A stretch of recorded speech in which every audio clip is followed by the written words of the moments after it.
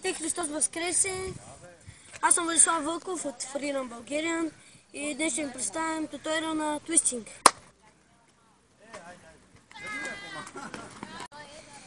Твистинга се прави в по-голяма част за винтове.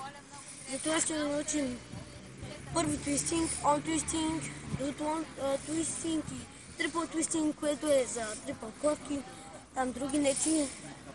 Стъпван корк, трипл корк, но разбирам твистингите и ги правя добре и чисти. Затова сега ще им представим дори за да научите бит твист, първо ви трябва бътърфлай, който ще го направим с малко твистинг.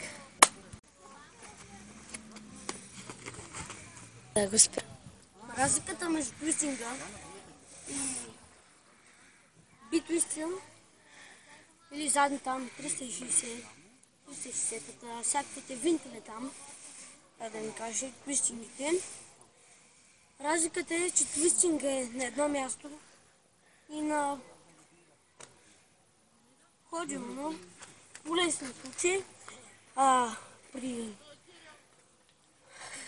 бит твиста се прави на хоризонтал. Те хора грешно го правят, но за това ще ви кажа няколко трика.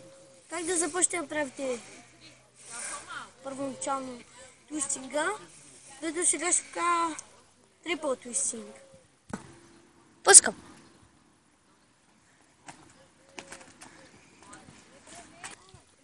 Значи това с твистинга доста помага. Първо владейте твистинга по хоризонтал, по вертикал, като започнете да го правите по вертикал и така постепенно стават самите твистинги. Когато усетите, че вече ви е голям скока, трябва да скочите толкова силно, че и трябва да усетите тръпката в кръга. Скачате с опорния крак, например аз мога и с двата. Опорния крак трябва да е сгънат, когато скачаш, и след това трябва да се изпъне, а и не е като при бътърфлая, ръцете надолу, а ръцете се изнасят нагоре. За по-голям вертикал или хоризонтал трябва да се изнесат нагоре. Ръцете помагат, като насочват посоката на тялото и главата трябва да е прибрана, не като грешите. Главата трябва да е отзад и това са често срещани грешки. Трябва да внимавате с тези често срещани грешки, защото при тях водят до изкълчване понякога водят до изкълчване на ръцете, зависи коя ръка махаш, трябва другата да я последва, за да не направите грешка и не изчупите ръка или нещо. Очаквайте другия клип. Честит Велик ден! Участвайте в другия клип в 7 часа. Да, ще направим още един туториал и още един кадър от трипл твистинг.